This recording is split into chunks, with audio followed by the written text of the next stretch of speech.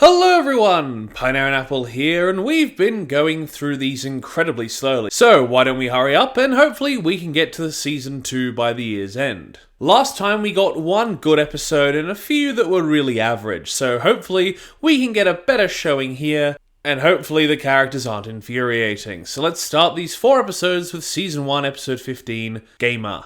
Marinette is predictably late for something as she goes to meet Alia, and finds the class playing a fighting game to send the best duo of them to a tournament. Max already being a shoo-in since he's a nerd.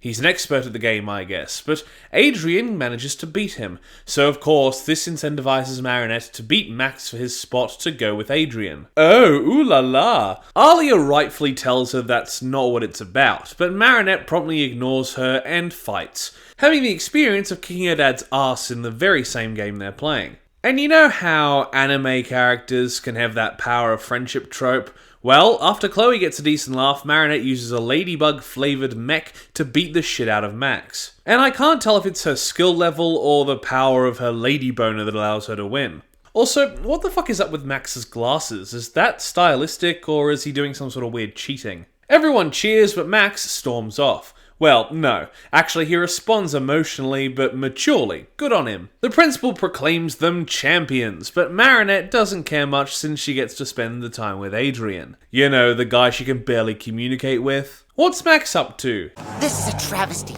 An unequivocal travesty. A competition. Oh, I spoke too soon. And here is Hawk Creep, ready to stick his evil-eyed Akuma into another child. Thankfully, it's just the Akuma. If he put anything else in the kids, he'd be Hawk Epstein. Predictably, he is Akumatized into Gamer, and while the effects are cool, what is with this design? The glasses are giving me Miss Macbeth from Ink vibes, crossed with Master Emerald Robotnik. Tiki criticizes Marinette for being selfish, but Marinette's empathy lasts all of 5 seconds when she realizes she doesn't want to be seen as the stalker that she is when Adrien arrives at her home to train. Adrien arrives immediately and speaks with Marinette's parents, Sabine and Tom, seeing if the ship can sail. Meanwhile, Gamer starts sucking people into his gamer hole. God, I have to use different words when I write these reviews. The old GD glory hole! Marinette and Adrien's time together could be cute, and she is actually less awkward than usual, so good on her for that, but the interruptions from the parents make it a slog to get through. And Marinette reveals she has a lucky charm, giving it to Adrien to see if it can help him be on her level. But they flee outside to get some time away from nosy parents. What opposites? Marinette's parents are too loving and Adrien's dad might as well be as dead as his wife. Gamer arrives and targets Marinette, Adrien saving her ass, but they get separated. And to be fair, she figures out who it is pretty quickly. She's getting the hang of the whole superhero deductions. Let's just hope no crazed ex-friend of hers comes back from the dead wearing her face. Adrien magical girls his way into Cat while Marinette gives up and pulls off a move that confuses me to no end, getting her to safety and having to cover up what happened to Adrien, allowing her to transform and follow. Cat does some cool moves, saving a bus of people, while Ladybug empires Gamer's mech. Cat flirts more, but Gamer gets that EXP bonus he needed, and has the evil laugh on point. The heroes flee and they lead him to the stadium where it seems the tournament would take place, according to the signage. And I get that it's an e-sport, but a local tournament that has school kids playing really needs all that extra space. They don't fare any better until Cat cataclysms the mech, giving them enough EXP of their own, and they figure out where the Akuma is. Gamer wails on them until Ladybug is in the driver's seat, after which she, with Cat's help, mecha battles, with some admittedly decent moves. Although many are sluggish and heavy, and after a decent reference to the style of game, they manage a stalemate. Ladybug lucky charms and blocks Gamer's vision, which is pretty clever considering the Akuma is in his now broken and cleansed glasses. The grown man who puts things in little boys wallows in his basement again, and at the tournament, Marinette rightly hands over her position to Max, but Adrien subs her in anyway. Alia summing up my feelings. And they seem to win. How confusing. I mean, like, sure, Marinette's motive for entering the tournament wasn't good, but she beat Max. So she earned that spot. It's not really her fault. Okay, so, not a very good start to this video. Marinette is actually the main cause of the Akuma this time, which was interesting, as I can't really remember if that's happened before. Max was barely a character, even though this was his focus episode, his emotional performance lasting all of 30 seconds, and unfortunately I wasn't as into the whole gaming illusions as theme that was going on. Although I think if a member of the audience was interested, they would probably find it pretty entertaining. But it just didn't work for me. The message was good, although a bit rushed to be concluded. Marinette and Adrian had a better dynamic this episode, but constant interruptions led it to bear no fruit. But at least the actors were putting effort into their performances, so I'll give this episode a decent, but not exceptional 5 out of 10. So after that mid-episode, we have Animan, where, surprise surprise, Marinette is fawning over Adrian. Wait a minute, Nino is having a nervous breakdown trying to ask out Marinette? That's not how things are supposed to go. No, seriously, coming from way ahead in Season 5, back here to when this was an admittedly short-lived, but no less existent thing, is a pretty strange feeling. And with Nino acting in his own way as bad as Marinette can be around Adrian, it gets a little too awkward for me to enjoy. The kind of secondhand embarrassment overload where I want to run and hide behind the couch. Alia points out the obvious fact that Adrian just asked them on a trip. Marinette and kinda Alia misconstruing it as a date, pulling some Mission Impossible shit, while Nino works through some insecurities comparing himself to Adrian. Which, considering these characters' crushes, is a whole nother layer of irony. We get a cringe-inducing flashback of Marinette, and once Nino turns up, Adrian assisting from afar, just like Alia is. The comedy, if you can call it that. I'm sure some people would love the awkwardness, but I am really not a fan. So far, this episode is very much a not-for-me episode. Kim and Max are also on a date, but whether it's romantic or not, I'm sure the fanfiction writers have decided the former. And while discussing panthers, they meet its carer, a man vocal on panther supremacy, Otis Césaire, Alia's father, although I can't recall if that fact pops up in the episode at all. Kim antagonizes the panther, and Max calculates Kim would lose a race to it, riling him up more, Otis proclaiming that they should leave so the panther can eat in peace. Well, if you wanted that, maybe don't put her in a zoo! Otis and Kim get more pissed, with Kim walking away with some baby speak, setting Hawkmoth on Otis. Because how dare a child antagonize a zoo animal? Paris must suffer for this. Meanwhile, due to Nino's fumbling, him and Marinette are still waiting for Adrian to show up. Oh my fucking god. Oh my fucking god! Inducing more uncomfortable dialogue. Skip!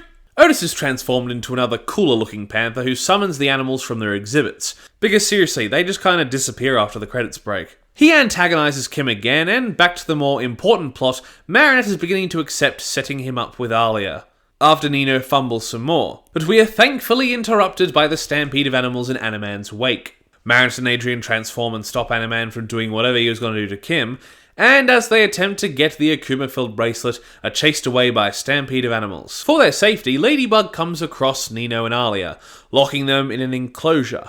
Awkward, but so far they got more laughs in the one interaction than Nino and Marinette have given me the rest of the episode.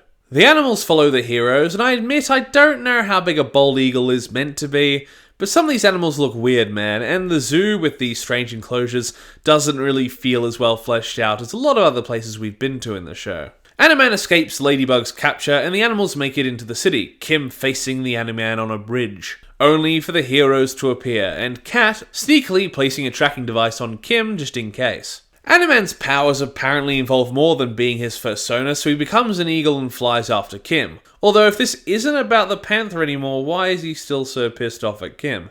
With a masterstroke of celestial comedy, the first building Kim asks for help at is the Dupenchang Bakery. The heroes biding their time as they know where the animal's prey is. Hi, Mom. Oh, but you're Ladybug. Yeah, exactly. The mayor isn't doing shit while the animals run amok. Amok. You'll get that one in the next couple seasons. Ladybug has the bright idea of trapping him in a bus, and fails to capture him as a ladybug inside the patisserie. They manage to get him in the bus, and with a cool synchronized move, realizes they have no idea how to open the bus, Animan turning into a bear ready to maul them. But it becomes a war of attrition, as each transformation tires the Panther Man out more. Cat uses his power to give the bus the electrical equivalent of a stroke, and they play the waiting game, with some shitty puns. But with an honestly clever idea, Animan turns into a dinosaur to bust out. Ladybug uses the lucky charm to get a jack, and with some action and a cute subversion of romance tropes, they push the dino over Empire style, and after jacking its mouth open, take the bracelet, saving the day. Kat gets a little too touchy-feely, and Hawkmoth makes an obvious food chain pun. Marinette apologises to Alia, and it turns out Alia and Eno are getting along just fine, quite vocally telling them that his feelings have actually shifted from Marinette to Alia. And wow, their frank and comedic reaction at the end of the episode feels pretty good. It's a shame they were so terrible together the rest of the episode. So that was Animan. Yeah, I think my thoughts on game are pretty much track here. Decent, but not exceptional. The character interactions are 50-50 whether you like the dynamic or they make you want to pull your hair out. And while the powers of Animan are creative and used well, with some decent action, I can't get too invested in Otis, especially since he gets super pissed at an annoying teen who does nothing but run his mouth. And considering after this episode you learn he's Alia's father, nothing is done with that here, which if you know who he is, feels really strange. So anyone else watching the episode knows him as some guy who got mad at Kim. But I really wasn't invested in this one. But I hopefully think there are perhaps a few of you that it caters to. So I'll rate episode 16, Animan, just under gamer with a 4.5 out of 10. We've had a disappointing show so far, let's hope Antibug can do better. We start with Chloe choosing her wardrobe. And in her room, she discovers an invisible menace that takes her shoes. Chloe honestly giving a reaction funnier than what we saw in all of last episode. I'm back, Shoes! It's not true! I love you! Marinette and Alia realize Sabrina is MIA, and the invisible menace returns, beating Chloe up with her own purse and stealing other students' shit. That the Miss Macbeth-looking-ass teacher, Mendeleev, seems to think is all Chloe's doing. To be fair, her glasses sit halfway down her face, so it's not like she's really seeing any of this shit to begin with. Chloe gets dragged out of the classroom with Marinette and Adrian poorly slinking away to transform. Everyone in the class, including the teacher, sent a bunch of embarrassing photos of Chloe getting messed with. That honestly might just be screenshots from the scenes in a phone aspect ratio. And as we learn this is perpetrated by the missing Sabrina soon, I have to wonder first of all how she took these photos. Is the camera invisible? And was this only sent to the class? Because if so, it's pretty unlikely Sabrina would have Mendeleev's number. And wouldn't they all know this is coming from Sabrina, so her identity would be shown anyway? Also, if the camera is invisible, considering how light and visibility work, how is it taking photos from a lens? Andre is peeved enough to make an announcement on live TV. Way to use your mayoral powers, dude. Chloe is pretty happy for the hero's help, halfway to molesting Ladybug in joy as the heroes start a search for clues. The first thing we'd better do is split up and search the school for clues. Marinette pretty quickly deduces that Sabrina is the culprit, with help from the bourgeois butler Armand. Although I had to find out his name from googling it since Chloe never calls him by the real name. Armand shows us a flashback of Chloe and Sabrina cosplaying as Cat and Ladybug, as he plays the villain, which just looks fucking weird. But it is a fun detail that Armand is as exhausted with Cat's puns as Ladybug. Back in Flashback Land, Master Fu is there for some reason, and we learn the reason Sabrina and Chloe were fighting is that she accidentally outed her while she was pretending to be Ladybug on camera in front of Nadia and Jagged Stone. Chloe is watching the whole conversation on camera, and more flashbacks show Chloe being even more of a bitch to Sabrina for no reason, and just saying the most generic dialogue to relate to the whole invisibility thing. Present Chloe is dick deep in denial, and we get just the cheapest confirmation of the facts. They'll never see me coming, Hawkmoth. And you'll never see me coming. We get a real food fight looking angle of Hawkmoth, and Kat realises something is up, with just the strangest groan. Coming. And while Ladybug summons her lucky charm, Chloe gets in her hero outfit and attempts to be the hero. I'm kinda rooting for Sabrina here. Ladybug proclaims that she won't win, calling her by her villain name Vanisher, and I might have missed something, but Ladybug just up and named her that, right? Because I don't think she mentioned her villain name at all. I guess this is just the episode for strange narrative leaps making me feel off. She uses the glitter in the lucky charm to outline Vanisher and kicks Chloe's ass again. Even though this time, she's giving astute information that Ladybug proves she didn't believe. And we get our earliest Hawkmoth defeat speech so far. Kat makes my point about Marinette's bias, and this plus the glory the heroes are given by the press lets Hawkmoth immediately possess Chloe, who before she's akumatized is actually crying, even if she's been an annoying bitch up until this point. This episode has a great couple moments for Chloe. Sure, there's a lot more for her in this show, good and bad, but it's the most depth I can recall her having so far. The Antibug suit is a clear gimmick, literally anti-Ladybug, but considering the Chloe and Marinette character dynamic, it fits pretty well. Ladybug has to go and recharge while Chloe and Kat have a decent fight. Tiki clearly telegraphs what I suppose is the message of the episode, and Marinette has to run all the way to the kitchen to find a convenient and full plate of cookies, so she takes to the roof to see Kat captured and being dangled off the building. Tiki taking a sweet time to eat, and Marinette uses an audio lure to point Chloe away like Springtrap looking for children, and she unties Kat as herself. Chloe finds the phone, and once again we see a stupid decision from Marinette, who would most likely have an app or account on her phone with her name attributed to it. What a way to risk an identity. Chloe comes back to find Kat gone, and the fighting continues, now with Ladybug on the scene. The action between them is pretty fun, and Chloe even mimics Marinette's lucky charm, making their charms a battle between a bag of marbles and a sword from an RPG that looks like it would take up too much inventory space and take 7 seconds to charge a swing.